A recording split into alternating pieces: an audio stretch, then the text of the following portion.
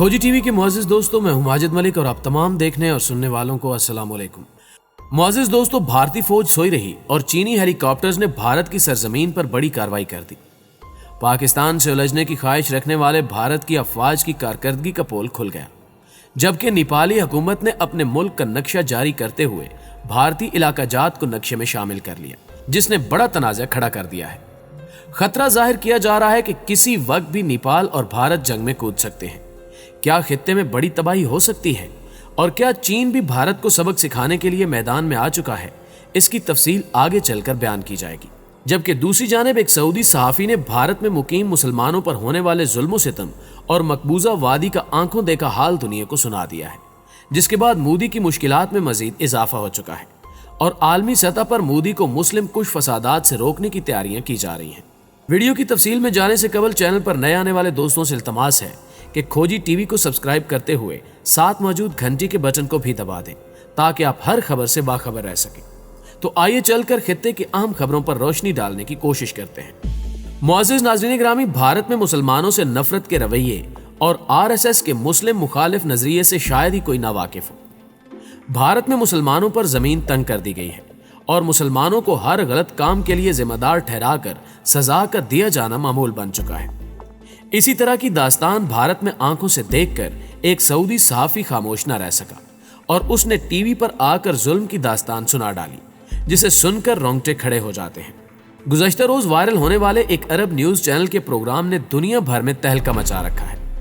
अरबी सहाफ़ी ने कहा है कि भारत में शुरू होने वाले मजालिम आज के नहीं बल्कि गुज़श्ता कई दहाइयों से भारत में मौजूद मुसलमान अजियत और मजालिम का शिकार हैं। अब भारत में मुसलमानों को ही वबाई मर्ज के फैलने का मुअज्जब समझा जा रहा है। भारत में मुसलमानों को कातिल जरासीम के नाम पर सजाएं दी जा रही हैं और उनके साथ इंसानियत सोज रवैया अपनाया जा रहा है। भारत में मुस्लिम मुखालिफ नजरिया शुरू से ही मौजूद था, मगर इस खौफनाक रवैये को बाबरी मस्जिद के वाक़े के बाद RSS के गुंडों ने मजीद हवा दी और मुसलमानों के लिए एक कत्लो गारत गरी का सिलसिला शुरू हो गया। भारत में किसी भी इलेक्शन में मुस्लिम मुखालिफ रवैये को इस्तेमाल करके इंतिखाबात में जीता जाता है। भारत में मुसलमानों की हालत जार पर कुवैत की जानिब से भी OIC को खत लिखा गया है, जिसमें भारत में मुसलमानों पर ढाए जाने वाले मजालिम पर रोशनी डाली गई है और कश्मीर की सूरत हाल पर भी बात की गई है। कश्मीर में मुसलमानों पर जिंदगी तंग कर दी गई है और उनके लिए इंटरनेट की सहूलत को बंद कर दिया गया है। और अब जब वबाई सूरत हाल में अगर कश्मीर में इंटरनेट सर्विस बहाल की जाती है तो कश्मीर से सिर्फ और सिर्फ RSS मुखालिफ रद्द-ए-अमल सामने आएगा। मुअज़्ज़िज़ दोस्तों, इस अरबी सहाफ़ी ने मजीद बताया कि भारत में मुसलमानों से उनकी कौमियत तक छीनी जा रही है। पहले से मौजूद भारतीय मुसलमानों से उनकी दादा की जाए पैदाइश का सबूत मांगा जाता है और सबूत न होने पर मुसलमानों को गैर भारतीय डिक्लेयर कर दिया जाता है। भारत में एक मुसलमान शख्स के बच्चों का इलाज नहीं किया गया। तिब्बी अमले ने यह कहकर इनकार कर दिया कि मुसलमान मोहलिक मर्ज फैला रहे हैं। भारत की मुख्तलिफ रियासतों में मुसलमानों को मामूली बात पर पुलिस के सामने मार दिया जाता है और पुलिस को कार्रवाई करने की भी इजाजत नहीं दी जाती। मुस्लिम अक्सरियती इलाके जहां से पहले मुसलमान सियासतदान मुंतखब हुआ करते थे, अब उन इलाकों में कोई मुस्लिम नुमाइंदा मुंतखब नहीं हुआ। अब भारत में बाबरी मस्जिद और उसके नवाही इलाकों में आजान देने पर भी पाबंदी आयद कर दी गई है और ऐसी सूरत हाल में मुसलमान किन मुश्किलात का शिकार हैं, सिर्फ अंदाजा ही किया जा सकता है। वक्त आ गया है कि मुसलमान अपने मुसलमान भाइयों की मदद के लिए इन तस्वीर और वीडियोस को देखें और इस मुस्लिम मुखालिफ नजरिए का हर मुहाज पर जवाब दें। बिलखसूस सोशल मीडिया पर दुनिया की आंखें खोली जाएं ताकि भारत में मौजूद मुसलमानों की दाद रसी की जा सके। नाज़रीन गिरामी, अरबी सहाफ़ी के इस इंटरव्यू के बाद दुनियाए आलम में मोदी के खिलाफ आवाजें बुलंद की जा रही हैं। मुस्लिम उम्मा के दर्द दिल रखने वाले हुक्मरानों ने भी कोशिशें तेज कर दी हैं ताकि मोदी की सिफाकियत को रोका जा सके। मोदी एक तरफ मुसलमानों को सरेआम कत्ल करवा रहा है तो दूसरी जानिब चीन, पाकिस्तान और नेपाल से सरहदी तनाज़ों को तूल देने की कोशिश भी कर रहा है। इस हवाले से एक अहम खबर यह है कि गुज़श्ता हफ्ते नेपाल से झड़प लेने के बाद नेपाल ने बड़ा कदम उठा लिया है। नेपाल की काबीना ने भारत से बढ़ते हुए सरहदी तनाज़े के बाद नए सियासी नक्शे की तौसीक कर दी है, जिसमें भारत के काबिज इलाके लेपू लेक, काला पानी और लीम प्यादरा को नेपाल का हिस्सा जाहिर किया गया है। खबर रसां इदारे के मुताबिक इन इलाकों को भारत ने तवील अरसे से अपने नक्शे में ही दिखाया है, جبکہ نیپال کے مطابق یہ 1816 کے سگولی نامی معاہدے کی خلاف ورزی ہے۔ اس ضمن میں نیپالی وزیر اعظم کے پی اولی کی سرکاری رہائش گاہ پر کابینہ کا اجلاس ہوا، جس میں نیپالی وزیر لینڈ مینجمنٹ پدما اریال نے نیا سیاسی نقشہ پیش کیا۔ نیپالی وزیر اعظم نے دو ٹوک الفاظ میں مودی کو پیغام بھیجا کہ نیپالی حکومت اپنے آباء و اجداد کی زمین کی حفاظت کرے گی، چاہے اسے جنگ ہی کیوں نہ کرنی پڑے۔ سب سے اہم امر یہ ہے کہ نیپال کا نیا سیاسی نقشہ ہر سرکاری ادارے اور تمام نصابی کتب میں بھی استعمال ہوگا۔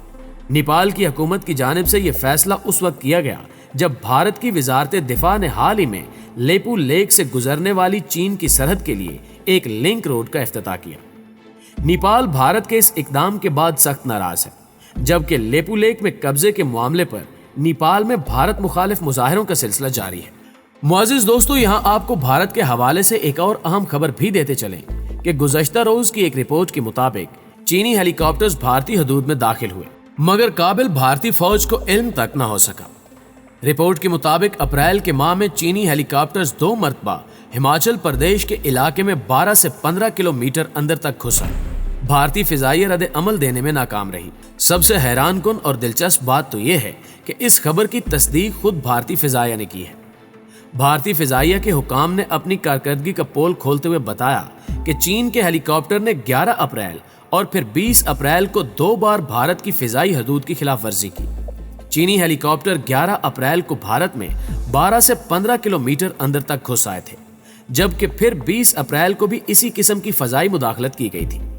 اس دوران چینی ہیلی کاپٹرز نے سرحد کے آس پاس کا سارا علاقہ سکین کیا اور بھارت کے خفیہ کیمپس کی تصاویر بھی محفوظ کی اور خاموشی سے واپس چلے گئے۔ اس عمل کو جنگی زبان میں پری پلاننگ کا نام بھی دیا جاتا ہے، اور یہ طریقہ کار اس وقت اپنایا جاتا ہے جب دشمن پر حملے کی تیاریاں مکمل کی جا چکی ہوں۔ سوال یہ ہے کہ کیا چین بھارت پر چڑھائی کرنے جا رہا ہے؟ کیا چین نے بھارت سے جنگ کرنے کے لیے تیاری مکمل کر لی ہے؟ اس حوالے سے کچھ بھی کہنا قبل از وقت ہوگا۔ تاہم بھارت اور چین کے درمیان حالیہ کچھ عرصے کے دوران سرحدی تنازع میں پھر سے شدت آئی ہے۔ کچھ روز قبل ہی بھارتی اور چینی فوجیوں کے درمیان سرحد پر جھڑپ ہوئی تھی، جس کے نتیجے میں چین کے فوجی زخمی اور بھارت کے کئی فوجی ہلاک ہوئے۔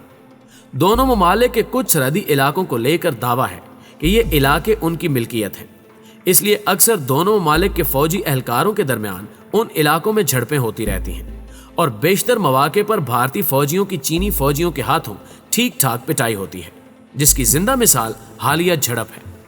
ناظرین گرامی، دوسری جانب بھارت نے مقبوضہ کشمیر میں نیا ڈومیسائل قانون نافذ کر دیا ہے۔ بھارتی میڈیا کے مطابق اس نئے ڈومیسائل قانون کے تحت بھارتی باشندوں کو مقبوضہ وادی میں پولیس فورس میں بھرتی سمیت مقامی سرکاری ملازمتیں حاصل کرنے اور اراضی خریدنے کی اجازت دے دی گئی ہے۔ یعنی اب براہ راست بھارتی شرپسند ہندو کشمیر پر قابض ہو سکیں گے۔ کشمیری رہنماؤں کا کہنا ہے کہ ڈومیسائل قانون اتنا کھوکھلا ہے کہ اس کے لیے لابنگ کرنے والی جماعت بھی اس کی مخالفت کر رہی ہے۔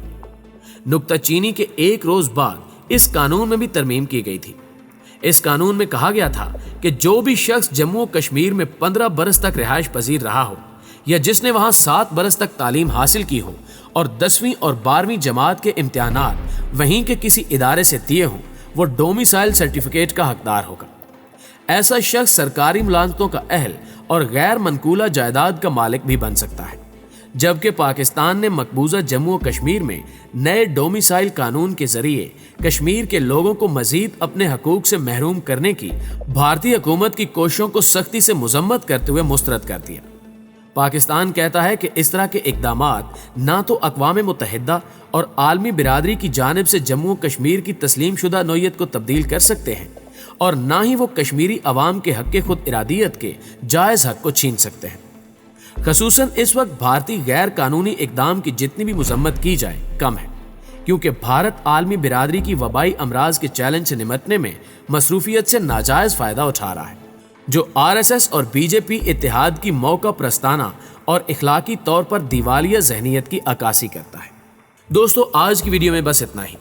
ویڈیو اچھی لگے تو اسے لائک کرتے ہوئے اپنے دیگر دوستوں کے ساتھ بھی شیئر ضرور کیجیے گا۔ جلدی حاضر ہوتے ہیں کچھ نئی خبروں کے ساتھ، تب تک اپنا اور اپنے پیاروں کا ڈھیر سارا خیال رکھیے۔ اللہ نگہبان۔